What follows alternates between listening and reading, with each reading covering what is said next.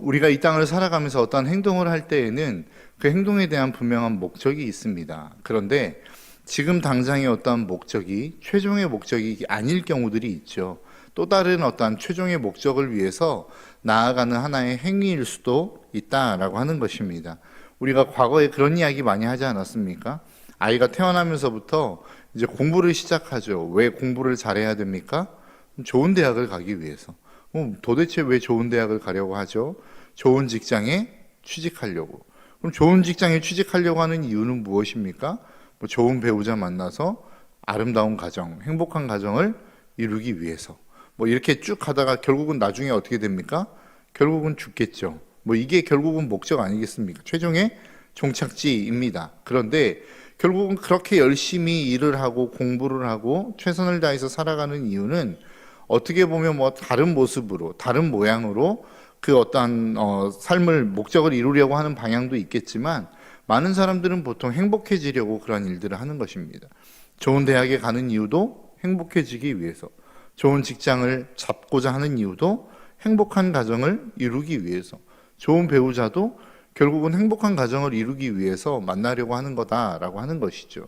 그러니까 우리가 하는 어떤 행동 하나하나 안에는 그것을 계속해서 해나가는 이유는 어떤 최종의 목적이 있고 그 최종의 목적을 이루기 위해서 우리는 이 일들을 감당하며 나아가는 것이다 라고 하는 것입니다. 그렇다고 한다면 우리 신앙에 있어서의 최종의 목적이 도대체 무엇이냐라고 하는 겁니다. 우리는 새벽에 기도를 드리기도 합니다. 주일에 예배를 빠지지 않기 위해서 열심히 노력을 하기도 합니다. 그리고 봉사를 하기도 하고 전도를 하기도 하더라는 거죠. 열심히 말씀도 읽습니다. 그럼 도대체 이 하나하나가 모여서 결국은 최종적으로 이루고자 하는 하나의 목적이 있을 거 아니겠습니까? 그럼 그 목적은 도대체 무엇이냐라고 하는 거예요. 내가 이토록 열심히 새벽 기도를 나오는 이유, 기도를 빠지지 않고 하는 이유, 그리고 하나님과의 관계를 그렇게 맺어가려고 하는 이유를 우리는 도대체 무엇으로 설명할 수 있는가라고 하는 것입니다.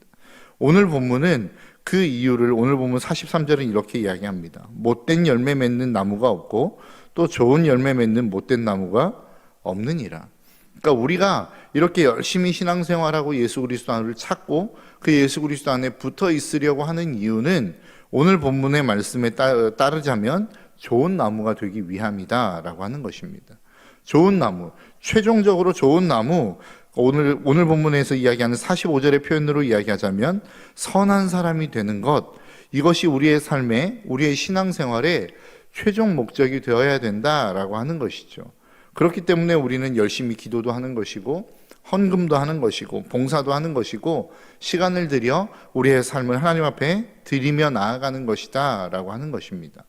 그렇다고 한다면 좋은 나무가 도대체 뭐냐라는 거예요. 좋은 나무가 된다라고 하는 것, 선한 사람이 된다라고 하는 것, 그게 도대체 무엇이냐라고 하는 것이죠. 베드로후서 1장 4절은 이렇게 이야기합니다.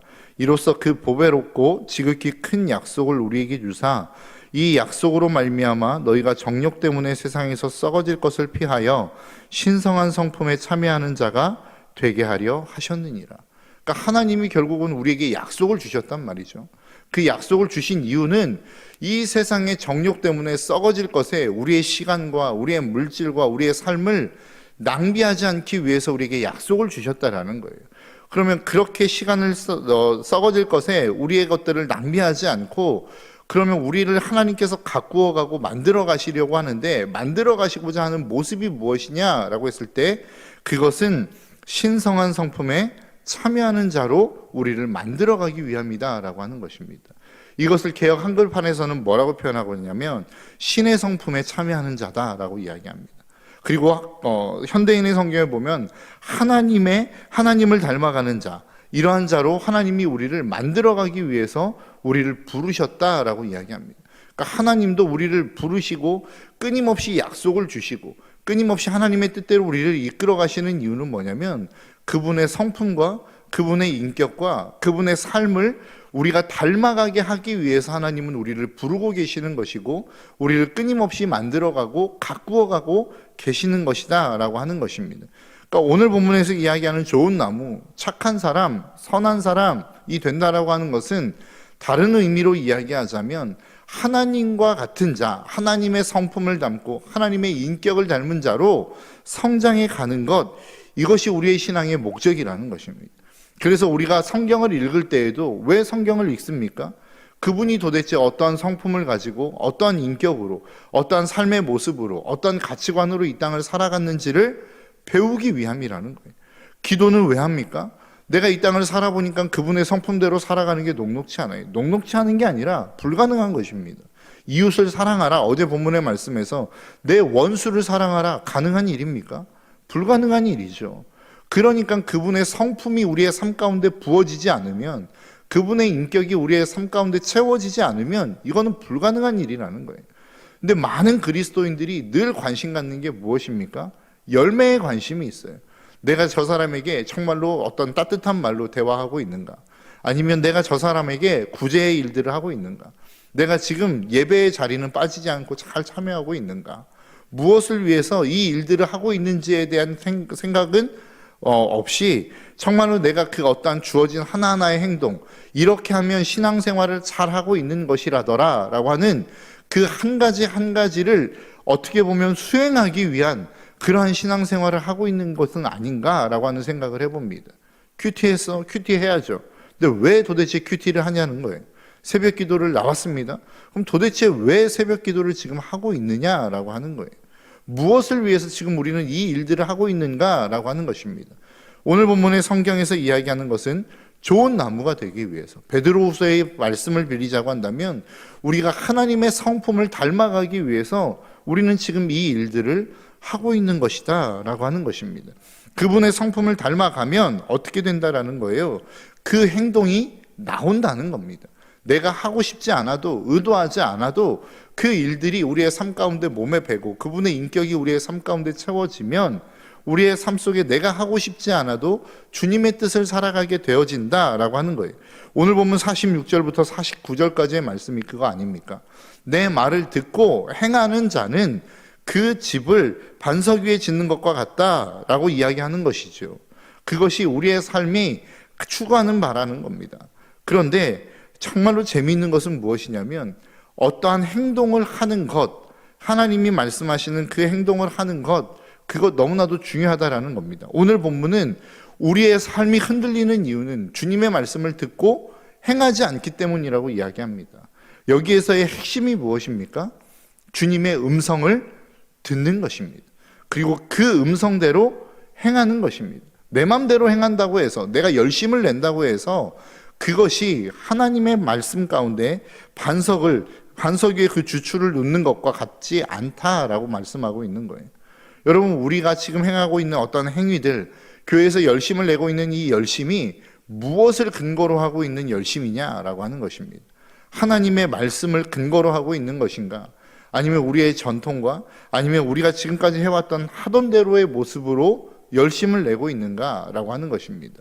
여러분, 이거 중요합니다. 지금까지 전통으로 해왔던 그 일들을 내가 쭉 이어간다라고 하는 것 중요한 거예요. 그런데 그 행동을 이어가는 것보다 더 중요한 건 그 정신을 이어가는 것이란 말이죠. 여러분, 어떤 일들을 행하고 교회 안에서 어떤 것이 전통이 되었을 때는 반드시 그 전통이 시작되었던 정신이라는 게 있습니다.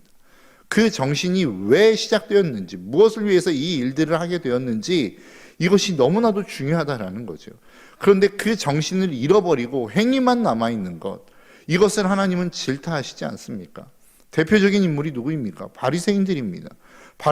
바리새인들에게는 종교적인 열심이 있었어요.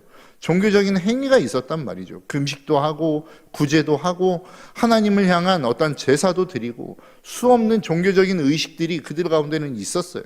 오늘 본문에서 이야기하는 것처럼 내 말을 듣고 너희는 행하지 않았어 라고 어느 누구도 이의를 제기할 수 없을 만큼 그들은 하나님의 말씀을 지키고자 노력했던 사람들입니다. 그런데 예수님이 딱 오시자마자 뭐라고 말씀합니까? 이 독사의 자식들아, 독서를 내뿜기 시작하셨어요. 왜 그렇습니까? 그들의 마음 가운데는 왜 금식을 해야 되는지에 대한 정신을 잃어버린 거예요. 왜 11조를 해야 되는지에 대한 정신을 잃어버린 거란 말이죠. 왜 그토록 제사를 열심히 드리고 절기를 지켜야 되는지에 대한 정신을 놓쳐버린 거란 말입니다. 그렇기 때문에 아무것도 없이 정말로 하나님을 섬기는 마음, 하나님께로 가까이 가고자 하는 소망 없이 껍데기만 남아있는, 그리고 그 껍데기를 통해서 자신의 권력과 자신의 기득권을 유지하는 이 모습이 결국 하나님에게는 가증스럽게 보였던 것이란 말입니다. 여러분, 우리의 모습이 그렇지 않은지 우리 스스로에게 한번 우리는 질문해 볼 수 있어야 된다는 것입니다. 우리가 해오는 수많은 것들, 왜 그 일들을 합니까? 왜 그렇게 봉사를 합니까? 왜 그렇게 열심을 냅니까? 왜 주일을 성수해야 합니까? 더 열심히 있는 사람, 오늘 지금 이 자리에 나와 계신 분들처럼 우리는 왜 새벽 기도를 하고 있습니까? 이것에 대한 무엇을 향한 목적을 위해서 우리는 이 일들을 하고 있는지에 대한 질문이 우리에게 있어야 된다는 것입니다. 저와 여러분들의 삶 속에 정말로 이 분명한 이유와 목적이 저와 여러분들의 삶 가운데 있어지시기를 주님의 이름으로 축복합니다. 내가 열심을 내고 있는 이 일들, 내가 최선을 다하여 행하고 있는 이 신앙생활에 대한 어떠한 종교적인 행위들, 이것이 지금 무엇을 위하여 어디를 향하여 가고 있는지에 대한 이 목적성을 분명히 알 수 있는 저와 여러분들의 삶이 되시기를 주님의 이름으로 축복합니다. 그런데 이 좋은 나무가 되기 위한 조건이 있더라는 것이죠. 오늘 본문 39절부터 시작해서 42절까지의 말씀의 내용이 무엇입니까? 네 눈 속에 있는 들보를 빼라는 것입니다. 네가 지금 행하고 있는 그 행함 속에서 네 눈 속에 들보가 있는데 그 들보를 네가 보지 못하고 있다라는 거예요. 그렇기 때문에 네가 정말로 좋은 나무가 되기를 원한다면, 네가 정말로 좋은 성품을 가진 자가 되기를 원한다면, 예수 그리스도를 닮은 인생이 되기를 원한다면 너 자신을 돌아보라는 겁니다. 이 말씀을 듣고 있는 네 자신 먼저 돌아볼 수 있어야 된다라고 하는 것입니다. 우리는 눈이 밖을 향하여 있습니다. 우리의 눈은 내 내면을 향해 있지 않습니다. 그렇기 때문에 다른 사람의 행위와 다른 사람의 모습들은 잘 보이는데 나 자신을 바라보기가 참 어려운 것 같습니다. 그러니까 내가 어떠한 모습으로 살아가고 있는지 내 스스로도 잘 몰라요. 그것이 우리들의 삶의 모습이라는 것입니다. 이혼 숙녀라고 하는 그 프로그램이 있더라고요. 위기 가운데 있는 부부들이 이제 나와가지고 자신들의 모습, 이렇게 생활하는 생활을 관찰하고 그 관찰한 모습을 이제 전문가들이 분석하는 겁니다. 뭐 심리학자라든지 아니면 자기의 모습을 이렇게 돌아보게 만드는 그런 프로그램들이 있어요. 그래서 다시 이 이혼을 좀 조정하고 싶어 하는 그러한 프로그램들입니다. 그런데 그 프로그램 가운데 빠지지 않고 꼭 하는 하나의 프로그램이 있는데 그게 뭐냐면 거울 치료라는 겁니다. 그러니까 자기가 생활했던 그 생활들을 쫙 촬영하고 그 촬영을 바탕으로 다른 사람이 자기의 삶을 연기하게 하고 그 삶을 본인이 바라보게 하는 거예요. 그러면 대부분의 사람들은 뭐라고 이야기하냐면 내가 저런 삶을 살았다고? 라고 하는 생각들을 하게 됩니다. 그러니까 자기가 어떤 행동을 했는지를 잘 몰라요. 그런데 다른 사람이 자기의 삶을 연기하는 모습을 보며 자기도 깜짝 놀라는 겁니다. 나에게 저러한 모습이 있었어? 내가 저렇게 살았다고? 저거 완전 빌런인데? 이런 생각들을 자기 스스로의 모습을 보며 한다라는 거예요. 그런데 이것을 보기가 쉽지 않더라라고 하는 겁니다. 다른 사람의 모습은 보기가 참 쉬운데 내가 어떠한 모습으로, 어떠한 잘못으로 다른 사람에게 어떠한 상처를 주고 살아가는지는 보는 것이 참 쉽지 않다라고 하는 것이죠. 그렇기 때문에 날마다 우리가 바라봐야 되는 것은 무엇입니까? 하나님의 말씀을 읽는 것이죠. 하나님의 말씀을 읽으며 하나님이 나에게 무엇이라고 말씀하고 있는지, 그리고 내 자신을 되돌아보면서 이 말씀 안에서 내 기준 안에서 벗어난 나의 삶은 무엇인지를 점검하는 거라는 거예요. 우리는 늘 성경을 어떻게 읽습니까? 의무적으로 읽어요. 도대체 내가 몇 독을 했는지, 그리고 얼마나 많은 성경을 읽었는지, 이것들을 자랑하기 위해서 읽는 것은 아니겠지만 이것을 어떻게 보면 내가 도장 깨기식으로 도장 찍는 것처럼 그러한 느낌으로 성경을 읽는 경우들이 있더라라고 하는 것입니다. 여러분, 성경을 읽을 때 그 성경을 통해서 나 자신을 되돌아볼 수 있는 이 축복이 저와 여러분들의 삶 가운데 있어지시기를 주님의 이름으로 축복합니다. 여러분, 성경에 보면 우리의 마음을 밭에 비유한 성경이 있습니다. 마태복음 13장과 누가복음 8장의 말씀에 보면 우리의 마음을 네 가지의 밭으로 비유해서 이야기하죠. 첫 번째는 길가밭입니다. 두 번째는 돌짝밭입니다. 세 번째는 가시떨기, 네 번째는 옥토죠. 그런데 여러분, 옥토로 가기 위해서 우리에게 필요한 일들이 무엇입니까? 그 마음을 기경하는 것입니다. 밭을 갈아엎는 것입니다. 딱딱한 밭, 길가밭을 갈아엎어서 부드러운 밭으로 만드는 것이죠. 돌짝밭은 그 돌짝을 갈아엎어서 그 안에 있는 돌들을 빼내는 것입니다. 가시떨기나무도 마찬가지죠. 가시떨기나무에 있는 것들을 계속해서 다 끄집어내서 그것을 파내서 뿌리까지 뽑아내서 좋은 밭을 만들어야 되는 것입니다. 우리의 마음도 마찬가지라는 거예요. 어떤 사람은 길가밭과 같은 마음이 있을 수 있고 어떤 사람은 돌짝밭과 같은 마음이 있을 수도 있습니다. 또 어떤 분들은 가시떨기와 같은 마음의 밭이 있을 수도 있습니다. 그러면 그 밭을 그냥 내버려 두면 어떻게 된다는 거예요? 열매 맺지 못한다는 거예요. 아무리 좋은 씨앗이 떨어져도 그 말씀에 열매를 맺지 못한다는 것입니다. 그러면 우리가 해야 되는 일은 무엇입니까? 이 마음을 기경하는 것이죠. 갈아엎는 것입니다. 내 안에 불순물이 있으면 그것을 갈아엎어서 끄집어내는 것입니다. 내 마음에 가시가 발견되어지면 그 가시를 계속해서 뽑아내야 되는 것이에요. 그것이 우리가 해야 될 일이라는 것입니다. 하나님의 말씀을 듣고 내 삶 가운데 열매 맺고 좋은 밭, 그리고 좋은 나무, 좋은 어떠한 하나님의 성품을 가진 삶을 살기 위해서 우리가 해야 되는 것은 내 안에 있는 것을 끊임없이 끄집어내는 일들을 우리는 해야 된다는 거예요. 그런데 우리는 우리의 마음을 직면하고 싶어 하지 않습니다. 내가 이만큼의 형편없는 사람이라고 하는 것을 인정하고 싶어 하지 않아요. 그러나 우리가 진짜 옥토가 되기 위해서는, 내가 좋은 나무가 되기 위해서는, 내가 하나님의 성품을 닮은 자가 되기 위해서는 내 안에 있는 돌짝들을 끄집어낼 수 있어야 됩니다. 나의 부족한 모습, 나의 형편없는 모습을 직면할 수 있는 용기가 있어야 된다는 거예요. 그래야만 우리의 마음이 옥토가 될 수 있다는 사실을 저와 여러분들이 잊지 않으셨으면 좋겠습니다. 그래야만 우리의 마음에 정말로 그 하나님의 은혜가 부어지고, 그래야만 그 하나님의 말씀이 우리의 마음 가운데 심겨질 때에 우리는 열매를 맺을 수 있는 인생이 되더라라고 하는 것입니다. 여러분 꼭 기억하십시오. 우리는 열매에 집중하는 사람들이 아닙니다. 우리의 마음의 밭이 좋아지면 좋은 열매는 자동적으로 맺어지게 되어 있습니다. 내가 좋은 나무가 되어지면 여러분 우리의 삶 가운데 좋은 열매는 자동적으로 맺어져 있게 되어지는 것입니다. 내가 예수 그리스도의 성품을 닮으면 우리의 삶 가운데 내가 해야 된다라고 생각하는 그 모든 일들, 종교적인 어떠한 행위들, 이것은 자동적으로 하게 되어 있는 거예요. 내가 예수 그리스도의 성품을 담고 하나님을 사랑하면 여러분 기도의 자리에 나오지 않겠습니까? 내가 그분을 사랑하는데 여러분 그분을 만난다라고 하는 예배의 자리를 내가 빠질 수 있겠습니까? 여러분 내가 그분을 사랑하고 그분이 원하는 그 일들을 해드리고 싶은데 여러분 하나님의 마음이 느껴지는데 내가 뒷짐지고 편안한 자리에 앉아 있을 수 있겠습니까? 여러분 우리가 가장 먼저 해야 되는 것은 좋은 나무가 되는 것입니다. 내 마음을 옥토로 기경하는 것입니다. 내가 좋은 사람이 되고 그분의 성품을 닮아 하나님을 그토록 사랑했던 예수 그리스도와 같이 나도 예수 그리스도를 사랑하는 자가 되는 것입니다. 그래서 계명을 두 가지 이야기하잖아요. 하나님 사랑, 이웃 사랑. 왜 그렇습니까? 사랑하면 다 되는 거예요. 다 용납이 되는 거예요.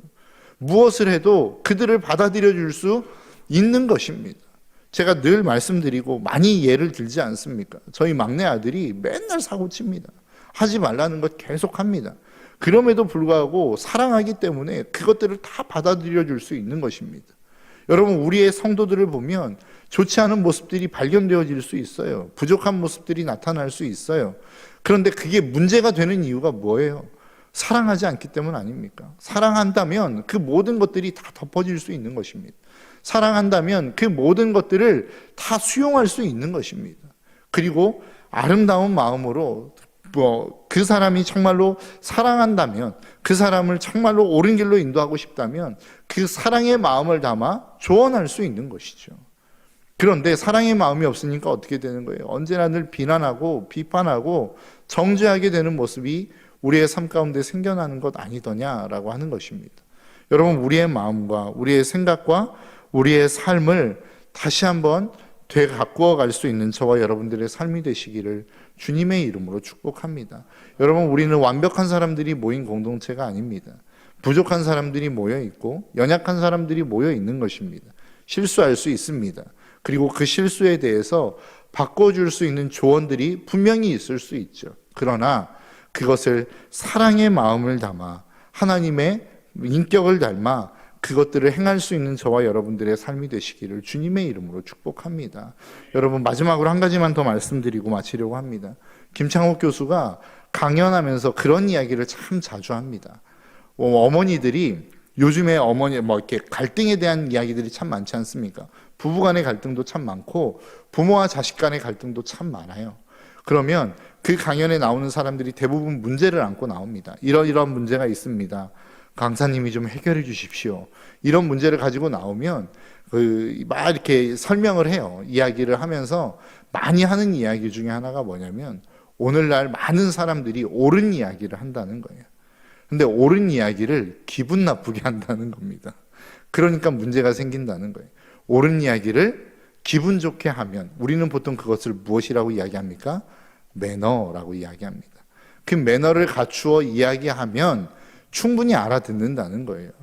그것들을 받아들일 수 있다는 거예요. 그런데 그 좋은 이야기를, 옳은 이야기를 기분 나쁘게 하면 튕겨낸다는 겁니다. 여러분, 우리의 마음과 우리의 생각 속에 주님의 성품을 닮아 이 매너를 갖출 수 있는 귀한 믿음의 사람들 되시기를 주님의 이름으로 축복합니다. 우리가 그렇게 좋은 나무가 되고 좋은 사람이 되어지면, 그렇게 예수 그리스도를 닮은 좋은 인격과 성품을 가지게 되어지면 우리의 삶에는 열매가 맺혀지게 되어 있습니다. 이 열매 맺는 삶을 살아가는 저와 여러분들의 삶이 되시기를 주님의 이름으로 축복합니다. 기도하겠습니다.